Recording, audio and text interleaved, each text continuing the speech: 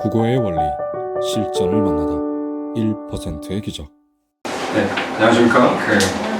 어떻게 토요일 이 귀한 시간에 어떻게 찾아주셔가지고 오늘 일상적인 그런 형식적인 설명회가 아니라 지금 이제 수능이 갓 끝나고 필요하신 어떤 궁금하신 어떤 정보들이 있을 텐데 그에 대해서 제가 하나하나 좀 알려드리도록 하겠습니다.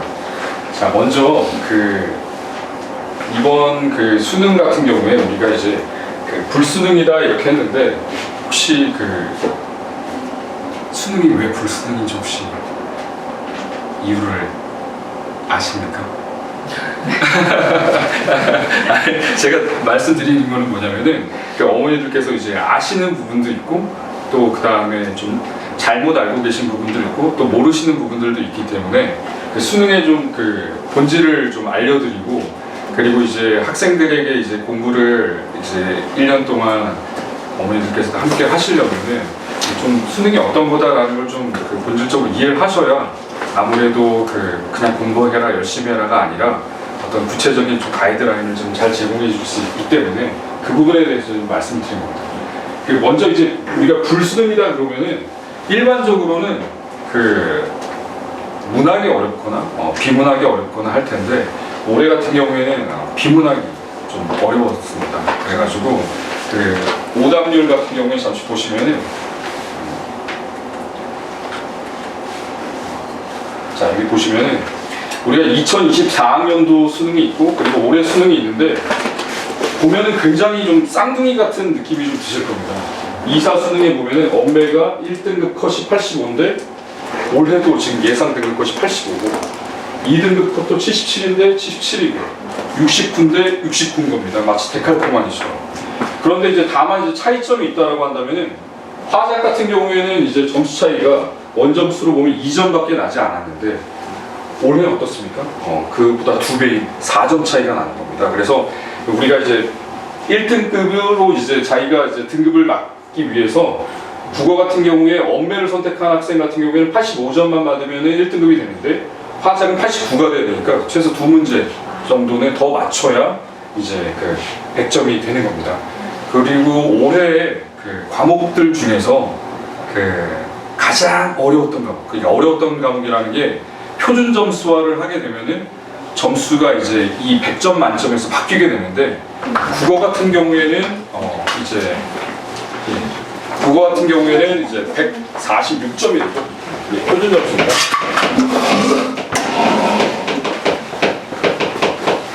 표준 점수화 했을 때 국어 같은 경우에는 이제 146점이 됩니다. 근데 우리 어머님께서도 아시겠지만은 수학, 미적이 들어간 수학이 올해도 굉장히 어려웠다고 하는데 수학을 100점 만점을 받았을 때 표준 점수화 하면은 혹시 몇 점 정도 될 것 같습니다?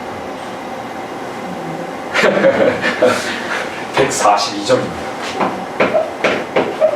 그러니까 이게 무슨 말씀이냐면은 우리가 초등학교 들어가기 전부터 수학 공부를 굉장히 열심히 해가지고 선행학습까지 하는데 고3 결정적인 마지막 순간에 미적까지 했어도 표준 점수하면 100점을 받았을 때 142점. 그러니까 국어에서 한 2개 정도 더 틀려도 수학 만점이랑 똑같은 그런 점수를 받게 되는 겁니다. 그래서 국어가 이렇게 학생들의 어떤 변별력을 좌우하는 가장 어려운 과목이다라는 것을 일단은 이해를 해주셔야 됩니다. 자, 그런데 여기서 또 차이가 있습니다. 어떤 차이가 있냐면은 이건 겉으로 보이는 이제 형식의 차이고 실질상의 차이라고 한다면은 엄매가 분명히 여기도 85고 여기도 85니까 이게 좀 비슷한 거 아니냐 이렇게 생각할 수 있을 겁니다. 하지만은 이 내용을 들여다보면 전혀 다릅니다. 어떻게 다르냐면은 이때는 2사 수능에서는 이제 수능 만점을 받은 여학생이 딱 한 명이었는데 그 여학생이 가장 어려웠던 과목을 국어라고 했습니다. 그리고 그 국어에서 그럼 뭐가 제일 어려웠냐라고 물어봤더니 현대 소설이 제일 어려웠다고 했습니다. 그러니까 이때는 엄매 선택 학생들 중에서 이제 수석 합격자가 나왔는데 이 학생 같은 경우에 문학이 오히려 가장 어려웠고 그 다음에 비문학 같은 경우에는 이제 문학과 거의 비슷한 수준으로 이제 난이도가 형성이 됐던 겁니다. 근데 이제 올해 같은 경우에는 난이도 차이가 비문학이 한 이 정도라고 하면은 문학은 한 이 정도가 있습니다. 그러니까 똑같은 원점수라고 하더라도 실질상 우리가 그 안에 내용을 들여다봤을 때 올해 같은 경우에는 비문학이 확실히 어려워졌다. 그래서 이 부분을 하나 말씀드리고 싶은 게 뭐냐면은 저희가 이제 지난해 3월부터 해가지고 3월, 6월, 9월 이제 모의고사를 쭉 실시해 왔는데 문학이 훨씬 어렵고 비문학이 좀 쉬웠습니다. 그래가지고 대치동이든 뭐 아니면 온라인에서든 어떤 강사든지 간에 올해는 비문학이 어려울 것이다 이렇게 예측한 것이 아니라 오히려 문학이 어려울 것이다 이렇게 예측을 했는데 그게 현실에서 완전히 뒤집어졌습니다. 그러니까 우리가 결국에 어떤 방식으로 준비를 해야 되냐면은 결국에 문학이 어렵게 나오든 아니면은 비문학이 어렵게 나오든 골고루 다 준비를 해야 된다. 그리고 올해 이제 고3 올라가는 학생들이 좀 불리한 측면이 있습니다. 뭐가 불리하냐면은 이제 현행 국어 입시 체제가 마지막 해이기 때문에 그 다음에부터는 화작을 선택하고 싶어도 화작을 선택할 수가 없고 문법을 다 해야 됩니다.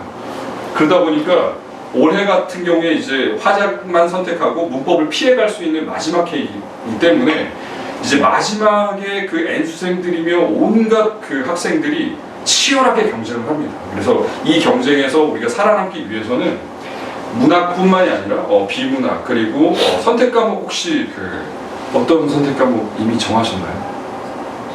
선택 과목 화법과 작문을 선택하셨든가 아니면은 언어와 매체를 선택하셨을 텐데 자녀분이 혹시 어떤 거 선택하셨는지 아시나요? 엄매세요? 혹시 어떤 어머니? 아무래도 화작이요? 혹시 어머니는? 모르겠어요. 모르시겠어요? 근데 제가 원래 작년까지만 해도 엄매지상주의였습니다.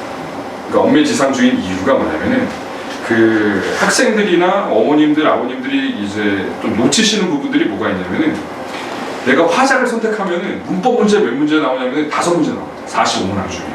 그러니까 화작 선택하게 되면은 이제 문법을 피해갈 수가 있으니까 화작을 선택하는데 우리가 문학에서도 또 비문학에서도 문법이 녹아 들어가 있습니다. 그러니까 문학 문제를 푸는데 알고 보면 그게 문법 문제인 경우가 있습니다. 그러니까 우리가 영어에서도 그래머를 모르는데 어휘만 좀 알아가지고 독해가 안 되듯이 이 국어에서도 마찬가지로 기본 문법을 충실하게 공부해 놓지 않으면은 이게 비문학이나 문학에서 발목이 잡히는 겁니다. 그래서 저는 이제 이왕이면은 엄매 같은 경우에 갈수록 이제 쌓이는 공부가 되어서 시간을 절약할 수가 있습니다. 국어가 어려운 이유 중에 하나가 학생들이 시간 부족을 호소하지 않습니까? 근데 엄매 같은 경우에는 시간 부족 문제가 점점 해결이 되는 겁니다. 내가 아는 문제가 나오니까 그 문제를 빠르고 정확하게 풀어낸 이후에 나머지 문제에 내가 집중할 수 있으니까 화작 같은 경우에는 올해 큰일이 하나 벌어졌는데 잠깐 요거 하나 보여드리겠습니다. 지금 보시면은 2024 수능과 2026 수능이 원점수가 동일했지 않습니까?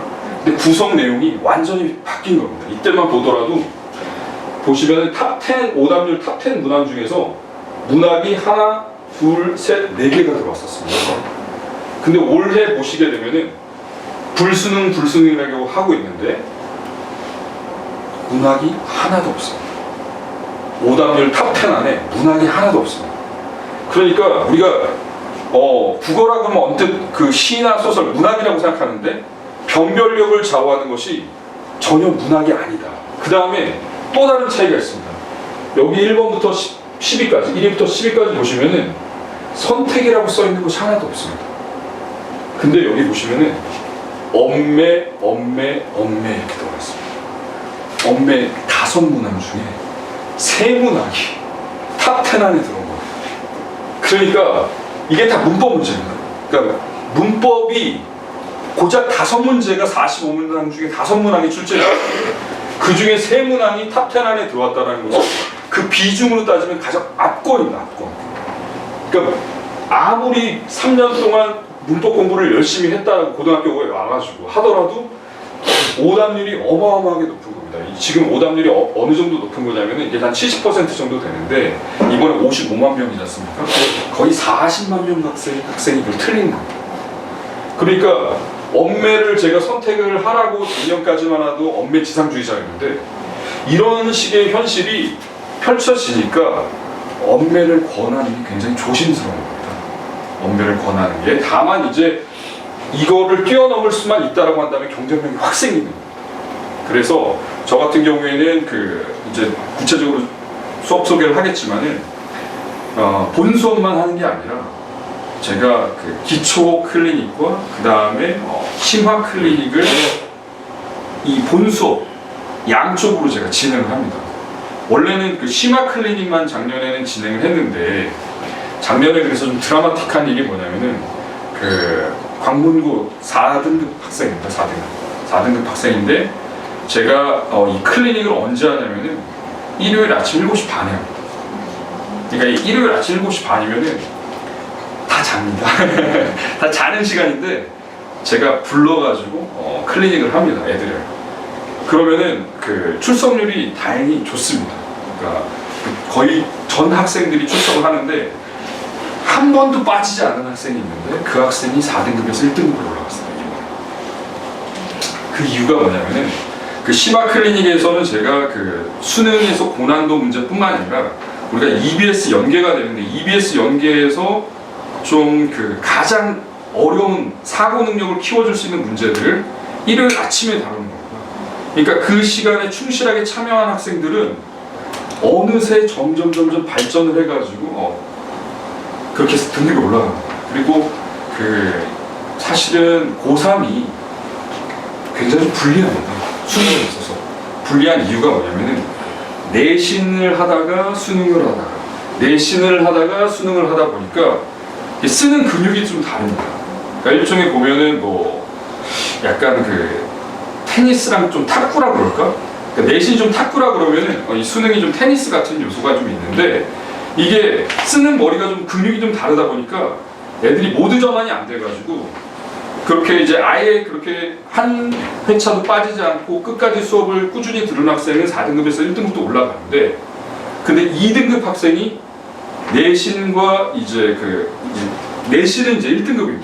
그러니까 한영고등학교 전 과목 내신 1등급인 학생인데 이 학생 같은 경우에 내신을 워낙 열심히 하려고 하다 보니까 이제 메디컬을 하려고 하다 보니까 그러다 보니까 이제 수능 공부를 한 4개월 정도가 빕니다.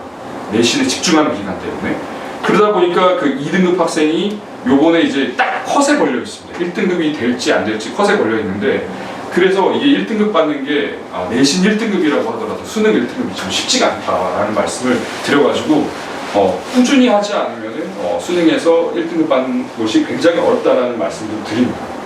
자, 그 다음에 여기 지금 독서 이거 문항을 보시면은 얘가 이제 오답률이 얼마냐면 77.7%입니다. 이 77.7%인데 아까 말씀드린 대로 올해 55만 명이니까 40만 명 정도의 학생이 이걸 틀린 겁니다. 자, 먼저 그러면은 12번 한번 보시기 바랍니다. 4페이지 12번입니다. 거기 보면은 처음 보는 어떤 희한한 그림도 그려져 있죠. 그렇죠? 복이 이렇게 되어 있는데 이 문항이 오답률이 77.7%의 문항입니다. 그런데 제가 요 앞에 들어오시다 보면은 제가 수능 3일 전에 이제 우리 학원 블로그 그 다음에 가장 많은 수십만 명의 회원수가 있는 오르비 그 다음에 수만이 이런 데다가 제가 이번 EBS 연계 출제 유력한 작품으로 탑 1으로 복세곡이라는 작품을 꼽았는데 그게 이번에 정확하게 출제됐습니다. 그러니까 다른 선생님들은 내신이라는 거는 직보가 존재하지만은 수능이라는 거는 사실 직보라는 게 존재할 수가 없습니다. 왜 그러냐면은 수능은 시험 범위가 무한됩니다. 그러니까 시험 범위라는 게 정해져 있지 않은 그런 시험을 보게 되는데 제가 직보라고 할 수 있는 이유가 뭐냐면은 EBS 수능 문학 연계 작품이 한 200여 작품이 되는데 그 중에서 제가 가장 출제가 유력한 작품으로 복세곡을 꼽았는데 그 복세곡 작품이 잠시 요거는 킵해 두시고 어디에 있냐면은 30번대에 있습니다. 31번, 32번, 34번. 그러니까 선택 과목으로 넘어가기 전에 공통 과목의 마지막이 요번에 고전 시가로서 국세곡이 출제가 됐는데, 그 제가 여기 보시면은 이게 파이널 픽이라고 해서 이렇게 얇은 교재를, 이게 지금 직보자료입니다. 수능국이 3일 전에 직보자료를 했는데, 이 직보자료의 첫 페이지가 뭡니까? 국세곡입니다. 그리고 제가 여기다가 필기해준 내용 그대로 출제된 겁니다.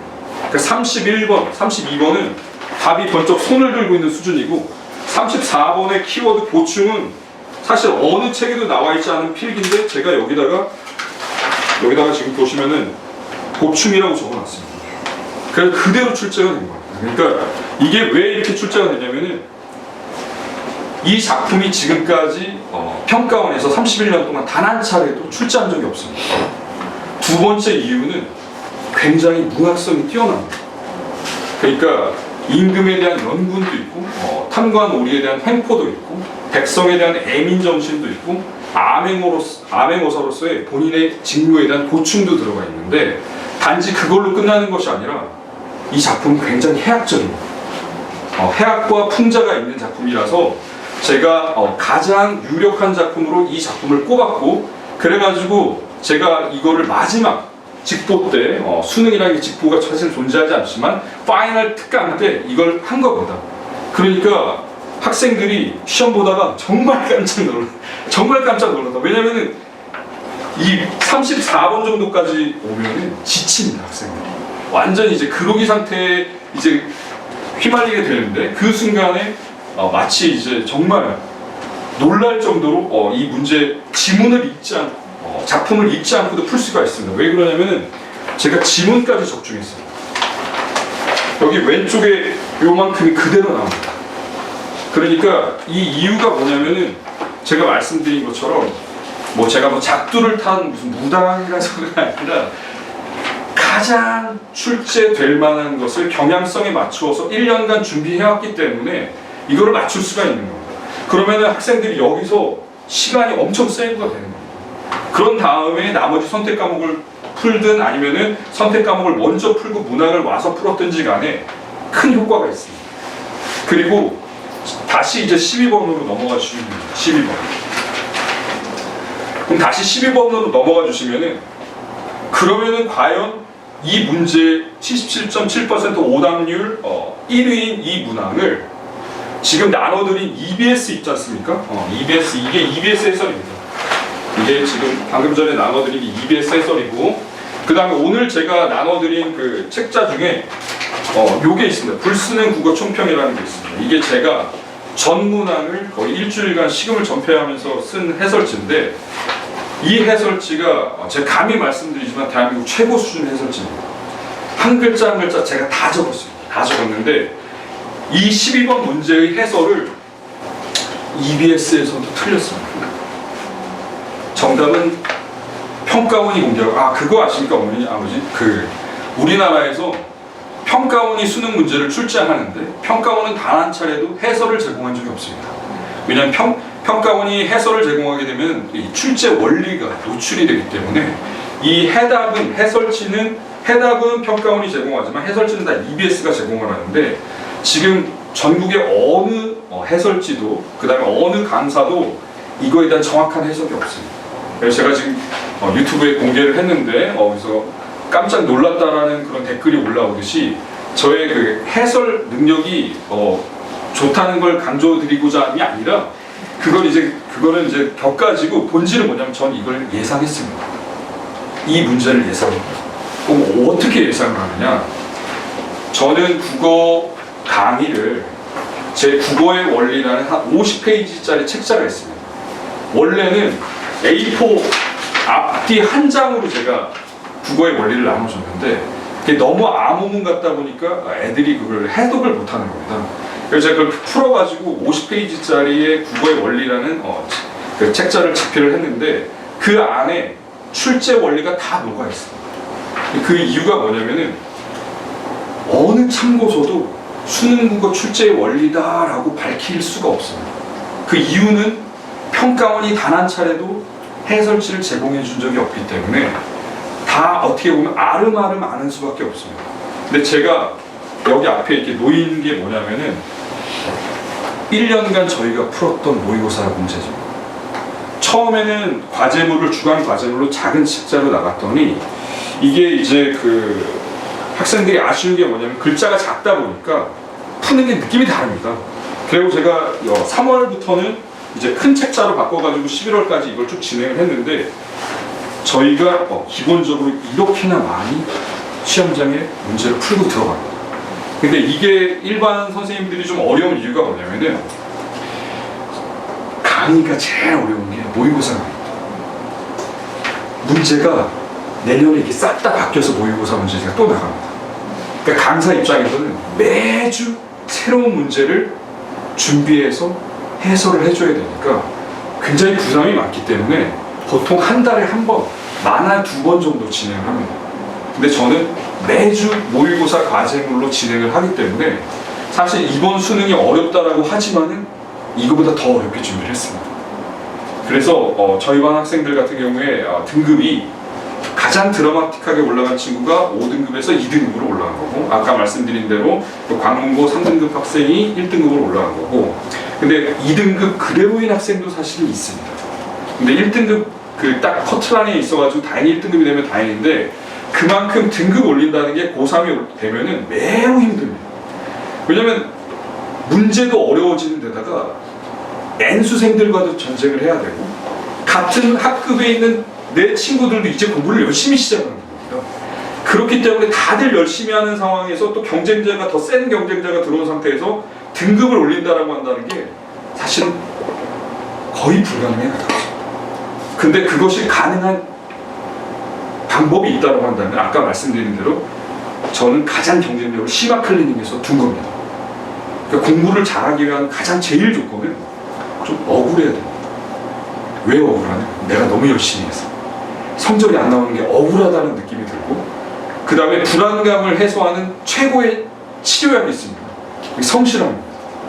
그러니까 내가 성실하면은 스스로 불안감이 떨어집니다. 내가 이렇게 성실하니까, 그 루틴 안에 들어가니까. 근데 제가 올해는 좀 더 욕심을 내가지고 토요일도 기초 클리닉을 제가 아침 7시 반에 개설을 합니다. 그러니까 기초 클리닉으로 토요일에 우리가 문학 선지 개념어라든가 이런 기초 이론들을 기본 문법이라든가 이런 걸 공부하고, 본 수업에서는 이제 모의고사 주간 과제물과 고난도 수능 기출 문제를 해설하고, 심화 클리닉에서는 리트라고 혹시 들어보셨습니까? 법학 적성 시험입니다. 법학 적성 시험이 그럼 우리 수능이랑 무슨 상관이 있느냐? 수능 시험 문제지 어머니 잠깐 아버지 보십시오. 14번에서 17번. 이 14번에서 17번이 이번에 서울대 칸트 철학을 전공한 교수님께서 이의 제기를 한 겁니다. 이거 17번 문항이 복수 정답이다. 그러면서 자기가 이 지문을 이해하는데 평생 칸트만 연구한 그 철학 교수가 20분이 걸렸다. 지문만 이해하는데. 근데 그거 아십니까? 이거를 시험장에서 학생들이 맥시멈 시간 투자해서 이거 문항 4문항까지 풀어내는데 걸리는 시간이 8분에서 10분입니다. 칸트 전공 철학 교수가 이 지문만 이해하는데 평생을 바쳐서 공부한 교수님께서 20분이 걸리는 거를 학생들이 문제까지 풀어내는데 걸리는 시간이 단일 지문인 경우에 8분에서 10분입니다. 참고로 가나는 복합 지문이 있습니다. 앞에 넘겨보시면 4번 문항부터 시작하는 가나는 복합 지문이 있습니다. 이번에는 법학 지문이 출제가 됐는데 최초입니다. 그러니까 원래 철학 지문이 가나는 복합 지문을 구성하다가 올해 처음으로 사회 지문, 법학 지문이 가나는 복합 지문을 구성했는데, 이런 경우에는 총 6문항을 구성합니다. 근데 12분 쓰면 많이 쓰는 거예요. 12분 만에 이걸 돌파해내요. 그리고 칸트 철학 같은 경우에는 이번에 14번에 17번 같은 경우에는 어떻게 그러면 학생들이 교수님이 20분 동안 지문 독해만 하고 겨우겨우 한 거를 8분에서 10분 만에 이걸 다 맞춰낼 수 있을까? 그 방법을 알려주는 학생들에게. 그러니까 저는 이 학원에서 수능만 전문으로 합니다. 그러니까 다른 내신이나 기타 과목 기타는 전혀 하지 않고 수능만 하는데 1년 동안 이 정도로 공부하고 국어의 원리라는 책자를 집필할 정도 수준이 되면은 이거를 8분 만에 끝내게 도와줍니다. 이유가 뭐냐? 잠깐 소개해드리면은 철학자가 여기도 보통 한 4명 정도가 나와요. 이 4명의 철학자의 어떤 부분을 우리가 공략해 들어가야 되냐면은 같은 단어를 전혀 다르게 해석합니다. 그러니까 통시적 인격의 동일성이라는 이 말에 담긴 의미가 내 철학자가 다 다른 겁니다. 그러면 이 다른 부분들을 캐치해내는 겁니다. 그러면 나와 상대방이 다른 지점은 비판의 지점이 되는 겁니다.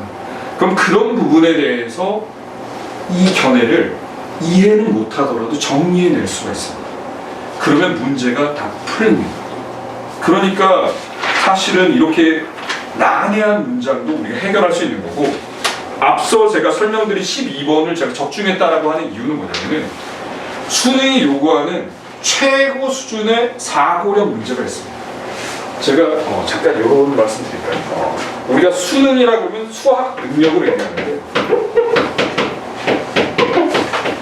제가 이제 학생들 첫 시간에 이런 얘기를 합니다. 야 수학이야 수학. 자,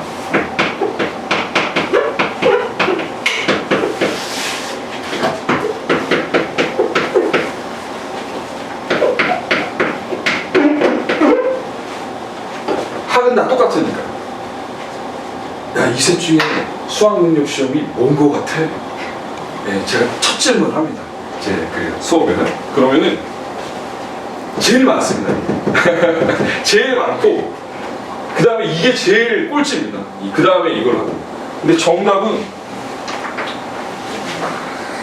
얘입니다. 정답은 얘입니다. 이 수학이 그 매서메틱스, 우리가 알고 있는 그 수학입니다. 영어 수학할 때 이거는 선생님이 알려준 지식을 그대로 내가 전수해서 받는 내신 같은 달달 암기형 수학입니다. 얘는 뭐냐면은 스스로 배워나가는, 깨우쳐나가는 수학인 겁니다. 그러니까 수학 능력 시험에 수학이라고 할 때 얘는 뭘 테스트하는 거냐? 사고력을 테스트하는 거예요. 요번에 그 11월 13일 날 오전 한 10시경에 그 출제위원장이 대국민 담화를 했습니다. 혹시 무슨 얘기를 하셨을지 좀 궁금하시지 않습니까? 출제위원장이니까. 출제위원장이 딱 대국민 담화 앞에 서가지고 이번 2026학년도 수학능력 시험에서 국어 영역에서 이것을 중점적으로 측정하고자 했습니다. 이것은 무엇일까요? 이것은 무엇일까요? 이것은 사고력인데 그 앞에 수식어가 있습니다. 제가 이 말씀을 왜 드리는 거냐면 12번 문제가 이거를 묻고자 했기 때문입니다. 그리고 수능의 본질이 출제위원장도 대국민 담화에서 밝힐 정도로 이것이 본질이기 때문에 이런 문제를 맞추면 수능에서 1등급 상위 99%, 100%까지 올라가는 겁니다. 이건 뭐냐면 창의적 사고력.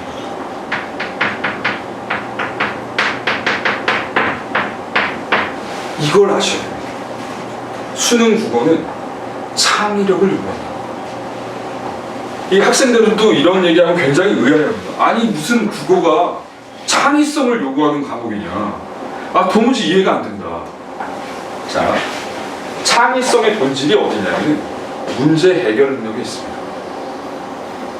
우리가 12번 같은 경우에 그 문제를 해결해야 되지 않습니까? 이게 문제를 해결하는 건데 이 문제 해결 과제가 앞서 우리가 어렵게 독해한 지문의 내용과는 싱크로율이 좀 안 맞습니다.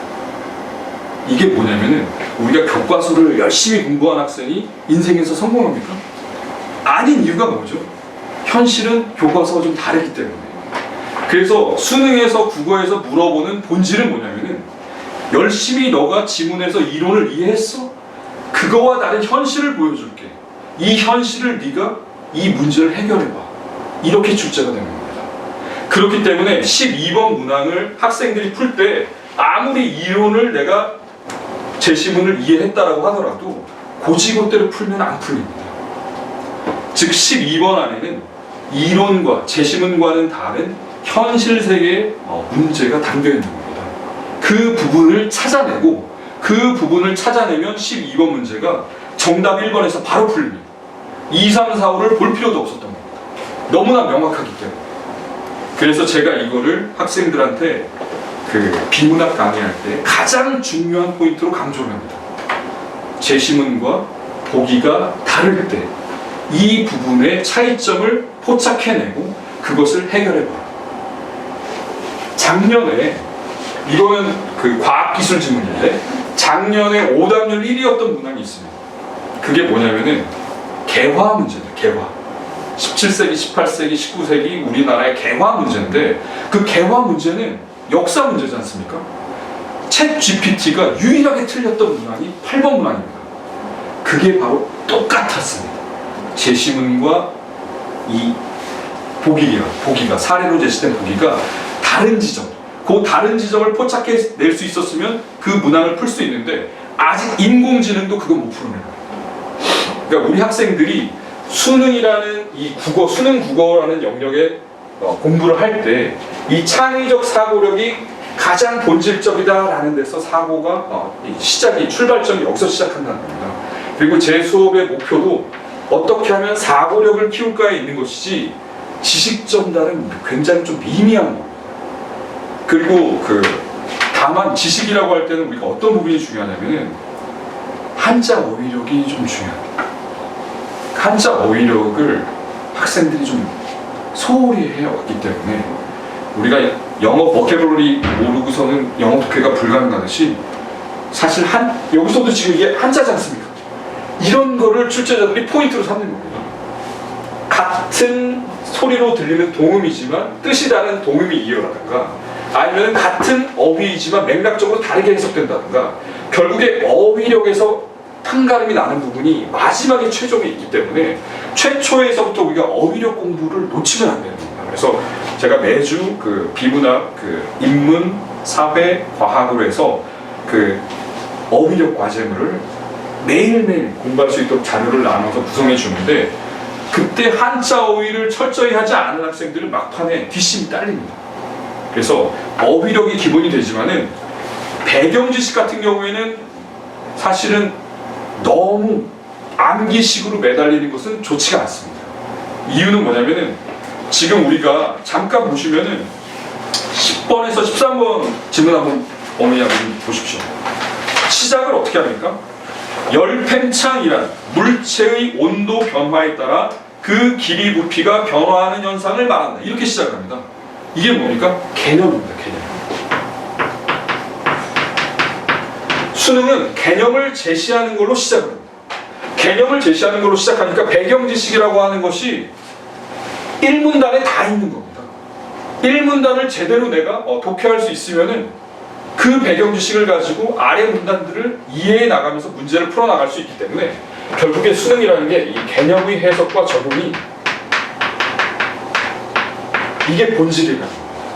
그래서 개념을 해석하고 적용하는 능력을 갖춰 나간다고 한다면은 수능 문제를 우리가 비문학이 올해처럼 아무리 불수능이다라고 하더라도 우리가 해결할 수 있는 능력을 갖출 수 있게 된다는 겁니다. 자, 그리고 제가 오늘 나눠드린 자료들 중에 혹시 빠진 부분이 있을 수도 있는데 이렇게 된 게 있습니다. 손필기 행동강령이라는 자료가 오늘 나눠드린 자료 중에 있는데 제가 이거를 그 직보 때 학생들한테 손필기로 선생님이 한 땀 한 땀 손수 필기를 해가지고 학생들에게 제시해 준 겁니다. 여기 첫 페이지 보시면은 풀이 순서라고 정해져 있지 않습니까? 이게 제가 그 여러 차례 시뮬레이션을 하면서 독서론과 선택, 그 다음에 비문학, 문학, 그리고 기타까지 어떻게 우선순위를 배정해서 문제를 풀어나가는 것이 효율적인지를 학생들에게 알려준 겁니다. 근데 거기 보시면은 풀이 순서 옆에 문학 난이도가 높았을 경우라고 제시되어 있지 않습니까? 근데 그 밑에 바로 보시면 CF 해놓고서는 문학 난이도가 낮았을 경우도 제가 대비를 해준 겁니다. 문학 난이도가 만약에 낮게 되면은 비문학과 문학의 풀이 순서를 제가 바꾸라고 제시한 겁니다. 그리고 플랜 A부터 B, C, 그 다음에 D, E까지 있는데 각각의 목표 등급에 따라 가지고 시간 안배를 또한 제가 시뮬레이션을 해준 겁니다. 그래서 이 시뮬레이션에 따라 가지고 그 밑에 그레이드 등급도 나와 있지 않습니까? 그래서 그 등급에 따른 어떤 틀릴 수 있는 문항 개수까지 제가 아이들한테 전략적으로 제공해 준 겁니다.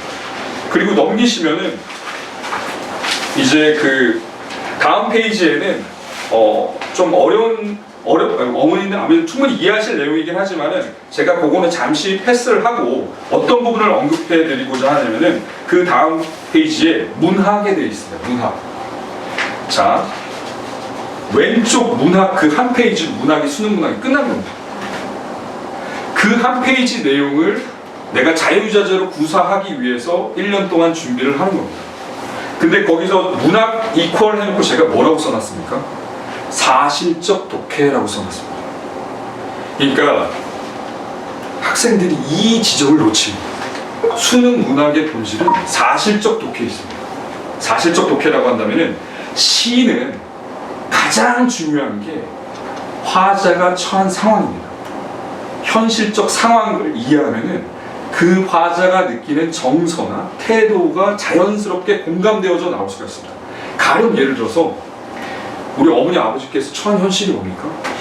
이제 곧 고산병에 걸릴 자녀를 두고 있다는 겁니다. 그 현실에서 그 부모님의 정서와 태도가 자연스럽게 도출됩니다. 그거는 사실적인 겁니다. 우리가 감상을 하기에 앞서서 정확하게 시적 화자가 어떤 상황에 놓여 있는지를 사실적으로 독해하면은 70%, 80%가 그로 인해서 해결이 됩니다.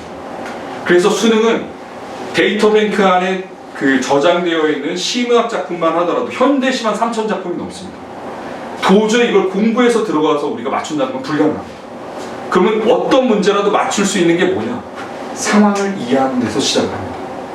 그 다음에 고난도 문제는 맥락적으로 추론하는 데 있습니다. 근데 그 맥락적으로 추론하는데 암기가 아니라 시가 제시하는 그 문구의 전후 맥락을 보게 되면 그 문맥에서 그 시어가 어떤 의미를 차지하고 있는지를 우리가 충분히 추론해낼 수가 있는 겁니다. 그러면 문학 문제가 시며 소설이며 거기 왼쪽에 제가 정리된 그 한 페이지를 끝나게 됩니다. 그리고 오른쪽에 비문학 10개명이라고 해놨지 않습니까? 이것도 마찬가지입니다. 올해처럼 아무리 어렵게 나오는 비문학 문제라고 하더라도 그 오른쪽에 정리된 것이 본질입니다. 그러니까 제 수업은 이렇게 많은 문제를 푼다라고 하더라도 사실은 이 4장 안에 다 들어옵니다. 그래서 제가 어머니 아버지께 말씀드리고 싶은 포인트 중에 정말 중요한 포인트가 뭐냐면은 지금 뭐 설명회를 간다, 그 다음에 뭐 오리엔테이션을 뭐 동영상을 듣는다, 다 3월에 초점이 맞춰져 있습니다. 저는 11월에 초점을 맞춰두고 수업을 진행합니다. 그러니까 매 수업이 저는 파이널 특강입니다. 12월 시작부터 마지막까지. 그 파이널 특강의 초점에 맞춰가지고 포위망을 좁혀나가는 겁니다. 우리가 막연하게 단계적 상승이다. 제가 저희 아들이 지금 이제 그 영어 학원 다니려고 예전에 그 모 학원 밝히진 않겠습니다. 레벨 테스트를 보는데 64레벨이 있다. 각 단계마다 교재가 있습니다. 교재 팔아먹고 강의 듣게 하려고 64레벨로 나왔어요. 제 수업은 1레벨밖에 없어요. 기초가 부족한 학생은 기초 클리닉, 잘하는 학생은 심화 클리닉, 본 수업에서 다 녹여냅니다. 그리고 이 수업, 한 수업 안에 파이널 특강이 첫 수업부터 다 들어가 있습니다. 전 그래야만 수능의 본질에 다가설 수 있다고 생각합니다. 근데 이렇게 수업을 진행하게 되면은 강사 입장에서는 유인 요건이 좀 줄어듭니다. 아니 몇 번만 들어봐도 수능에 대해서 알겠는데 나 혼자 혹시 이런 생각을 가질 수도 있습니다. 근데 끊임없이 우리가 실력을 향상해 나가는 겁니다. 피지컬을 계속 키워나가고, 그리고 제가 더 말씀을 드릴 수도 있지만은 마지막 이 한 말씀만 어디 가서도 못 들을 말씀 요거 하나만 드리고 마무리를 치겠습니다. 국어 시간이 부족한 이유를 아십니까? 늘 엄마 나는 시간만 좀만 있으면 국어 진짜 1등급 받을 것 같은데 시간이 부족하답니다. 왜 시간이 부족한지 아십니까? 실력이 부족해서입니다. 초등학교 문제, 중학교 문제 던져주면은 80분이 아니라 40분 안에 풀 겁니다. 실력이 부족한 겁니다. 두 번째 뭐냐면 출제의 원리를 꿰뚫지 못해서입니다. 우리가 선지를 보게 되면 국어는 항상 애매합니다. 3번과 5번이 정답인가? 1번과 4번이 정답인가? 애매합니다.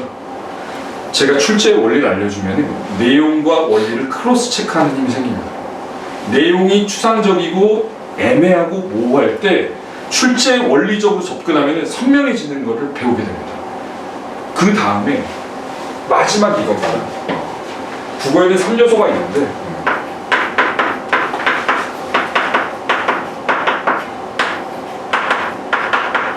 이거를 제가 어디 가도 못 듣는 말씀이라고 하면서 제가 마지막으로 말씀드리고 싶은 겁니다. 이것 때문에 국어가 어려워요. 우리가 국어의 정보에는 3가지 종류가 있습니다. 정보를 분류할 수 있는 눈이 있어야 되는데 보자마자 문답법과 예측법을 통해 가지고 지문의 내용을 각인시켜야 되는 정보가 있습니다. 이런 정보는 선지에 와서 돌아가면 안 됩니다. 왔다리 갔다리 하면 안 되는 겁니다. 두 번째, 방금 전에 아까 그 칸트 교수도 20분씩이나 걸렸다고 하지 않습니까? 그런 거는 각인을 할래야 할 수가 없습니다. 정보를 머릿속에 들여보내는 순간에 바로 휘발이 되는 겁니다. 그때는 내가 지문에 다시 돌아가서 찾아서 읽어야 할 부분을 표시해 두는 겁니다. 근데 학생들이 아무거나 막 표시합니다. 그러니까 내가 정작 보려고 그러면 다 밑줄이 거 있어가지고 뭐를 내가 찾아가서 바로바로 찾아서 읽어야 될지를 찾아내지 못하는 겁니다. 표시를 못하는 거죠. 마지막 도해입니다. 도해라고 하는 건 이게 그림 도자인데 글을 시각화해서 정리할 수 있는 힘이 있어요. 이게 매우 창의적인 겁니다. 아무리 긴 내용도 내가 짧게 그림을 그리듯이 내용을 여백에다 정리할 수 있는 힘이 있어야 됩니다. 이런 글이 아니면은 아무리 읽고 또 읽고 읽고 또 읽고 아무리 표시를 한다고 한들 머릿속에 저장이 안 되는 겁니다. 그럴 때 도회할 수 있는 힘이 있어야 되는데 이 3가지 힘이 단숨에 키워지지 않습니다.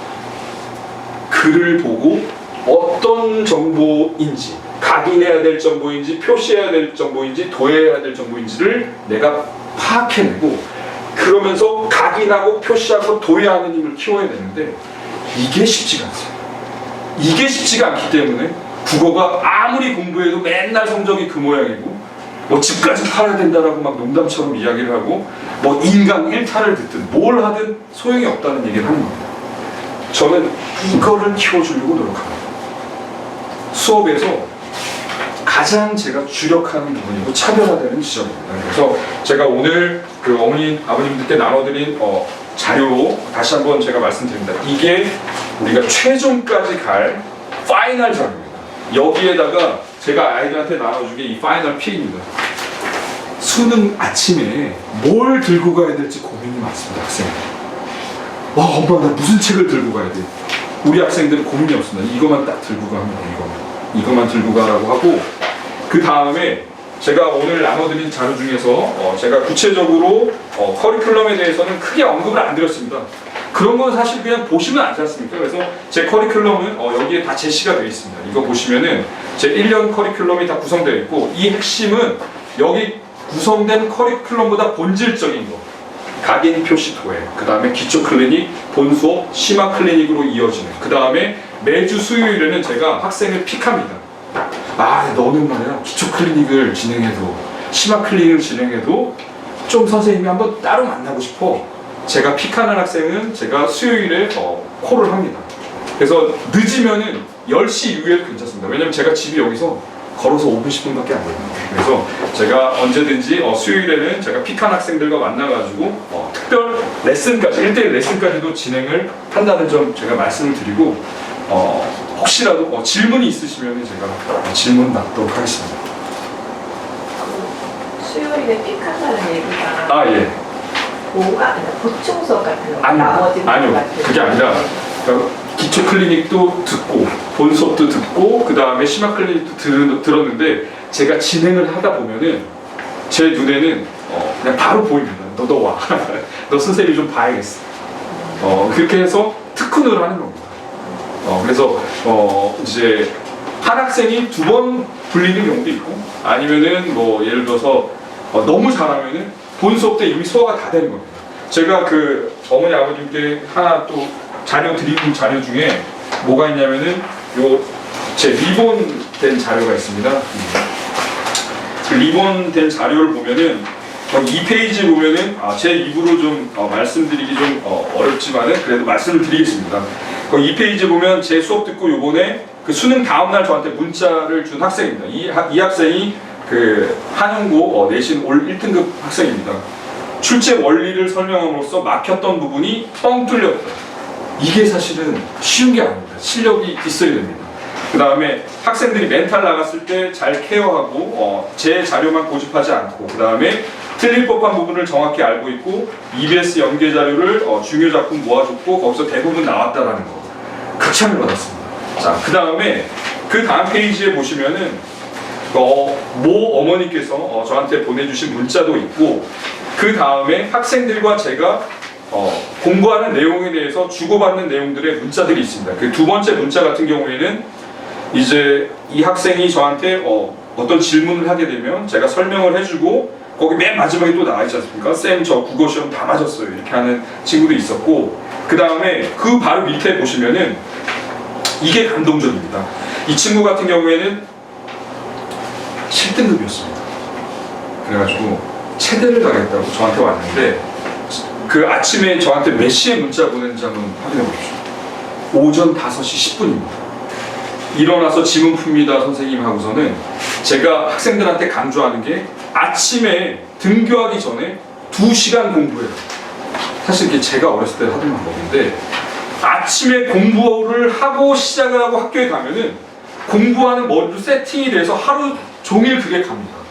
근데 보통 이제 아침에 공부 안 하는 학생들이 눈 비비고 일어나가지고 그냥 점심때까지는 막 어떻게 그냥 자기도 모르게 갑니다. 점심에 이제 좀 깨가지고 밥을 먹습니다. 그 다음에는 어떻게 됩니까? 10분쯤이어가지고 좁니다. 졸다가 이제 학교 끝나고 나서 이제 정신을 차리는데, 그래서 제가 가장 중요시하는 게 아침 새벽 공부입니다. 그래가지고 이 새벽 공부를 하고 나서 저한테 문자를 보내게 되고, 그 다음에 그 오른쪽에 맨 위에 보면은 밑줄 친 1번과 2번 문장의 차이를 잘 모르겠습니다 라고 저한테 이제 문자를 보낸 겁니다, 학생이. 근데 제가 거기다가 답을 해주는 것이 아니라 국어 공부에서 가장 중요한 것이 해설을 가급적 멀리하는 겁니다. 선생님을 해설지처럼 활용하는 것이 아니라 정말 고민을 한 끝에 너의 사고 능력을 딱 틔워줄 수 있는 그 순간에 선생님이 그 질문에 대한 해답을 던져줘야 되는 거지, 무작정 미주알 고주알 선생님이 알려주는 것이 중요하지 않다라는 것을 제가 거기서 설명을 해주는 겁니다. 그리고 그 오른쪽 마지막에는 뭐가 있냐면은 이 친구 같은 경우에는 만년 3등급이었습니다. 만년 3등급이었는데 12월, 1월, 2월 저한테 지난 딱 1년 전에 3개월 수업을 듣고 쌤 저 3모 80점이에요 했는데 80점 별로 안 받은 것 같지 않습니까? 거기 밑에 그 학력평가 풀서비스 글씨 작지만은 언어와 매체 어머니 몇 점이라고 나왔습니까? 77점이라고 나왔습니다. 3달 듣고 처음으로 자기가 1등급을 받은 겁니다. 그래서 그 제가 거기 밑에 뭐라고 적어놨습니까? 한결 다닌다고 뭐라 했던 친구가, 아니 이 친구가 한결 다닌다고 수능 한결 다닌다니까 막 무시를 이런 얘기 제가 해도 되려고 그러는데 수능을 한결 가서 배운다니까 무시를 하는 겁니다. 그래가지고 이제 제대로 한번 먹였네 뿌듯하다라고 하면서 제가 이제 답장을 해준 게 있었는데, 작년 3월에 그 3월 모의고사가 극상 난이도로 1등급 77점으로 나왔기 때문에 제가 그 시험에서 1등급 받은 학생의 문자를 제공해드린 겁니다. 그리고 거기 수능 마스터 플랜이라고 나오면서 제 수업에 대해서 그 진행 방식을 또 다시 한번 제가 정리해서 말씀드리고, 본 수업은 토요일 오후 4시, 그리고 일요일 오후 7시, 월요일 오후 7시로 이렇게 구성이 되어 있습니다. 그런데 혹시라도 다른 시간대에 학생들이 만약에 좀 또 신청을 추가로 하게 되면은 제가 한 클래스 정도는 더 본 수업을 열 그런 계획을 가지고 있습니다. 그래서 이 정도까지 제가 또 한번 추가적으로 설명을 드렸습니다. 혹시 또 그 어머님 질문 있으십니까? 이게 예. 프리 순서에 보면 문학 난이도에 따라 예, 확 넘어가잖아요. 예. 한 판단을 빨리 해야 되는데 뭐 그것도 약간 팁같이 뭔가 그렇죠. 팁이 다 있죠. 왜냐면 팁을 잠깐 알려드릴게요. 어머니도 다 읽고선 시간 다 보내고 자, 팁을 하나 알려드리겠습니다. 문학에서 어렵게 나오려면 고전시가 고전소설, 현대시, 현대소설 중에 뭐가 어려울 것 같습니다? 고전이 가장 쉽습니다. 고전은 심지어 EBS 100% 연결. 그러니까 우리 미리 대비가 가능합니다. 현대소설이 가장 어렵습니다. 현대소설이 가장 어려운 이유는 뭐냐면은 말은 현대인데 1930년대 이전입니다. 우리가 언제부터 현대라고 하냐면 1900년도부터 현대라고 하는데 그때 말은 지금 보더라도 이게 무슨 말인지 이해가 잘 안 됩니다. 심지어 그게 사투리 방언으로 나옵니다. 그러면은 무슨 소리 하는지도 모르겠고 인물도 여러 명인데다가 사투리로 막 구어체로 막 쓰여져 있으니까 읽다 보면은 웜에 이게 뭔 말인지 말이요 뭐 이렇게 나옵니다. 들으면 아는데 글자로는 우리가 무슨 소리인지가 잘 이해가 안 됩니다. 소리가 안 들리니까. 그래서 저는 장면을 떠올리면서 소리를 듣듯이 제가 글을 읽어나가라고 하는데 현대소설이 1950년대 이전이다. 작중 인물이 여럿이다. 사투리가 아주 현란하다. 그러면은 그때 문학은 어려운 겁니다. 아주 후순위로 가야 돼요. 그래서 문학 난이도를 판별하는 그런 근거가 됩니다. 나머지는 크게 어렵지 않습니다. 그리고 또 하나만 말씀드릴 고전수필이 한문이 한글로 번역되어 나오기 때문에 고전수필을 쓱 보면 안 돼요. 고전수필을 쓱 보는 순간에 이게 도저히 번역체로서 이게 쉽게 해독이 안 되는 글이다 라고 하면은 후순위로 가야 돼요. 그래서 문학에서 고난도를 판별하는 기준은 두 가지다. 현대소설과 고전수필이다 라는 것까지 제가 말씀드립니다. 자, 그러면은 제 다음으로는 우리나라 최고의 컨설팅 선생님께서 종로학원 예전에 아주 대한민국 최고일 때 팀장을 지내셨던 김정현 선생님께서 이제 또 입시 컨설팅을 위해서 또 어머니 아버지 위해서 준비해 주셨으니까 제가 약간 좀 시간을 오버했는데 좀 시간 금방 후딱 가지 않았습니까? 제 수업이 그렇습니다. 제가 어쩔 때는 2시간 넘게 원타임으로 갑니다. 애들 사고가 끊어질까봐. 그래서 저는 수업을 중간에 쉬는 시간 때문에 좀 악명이 높은데 그 이유는 맥을 끊지 않기 위해서 좀 그렇게 진행을 한다는 거. 그리고 다음 우리 컨설팅 선생님 말씀까지 좀 경청해 주시기를 부탁드리겠습니다. 예, 감사합니다.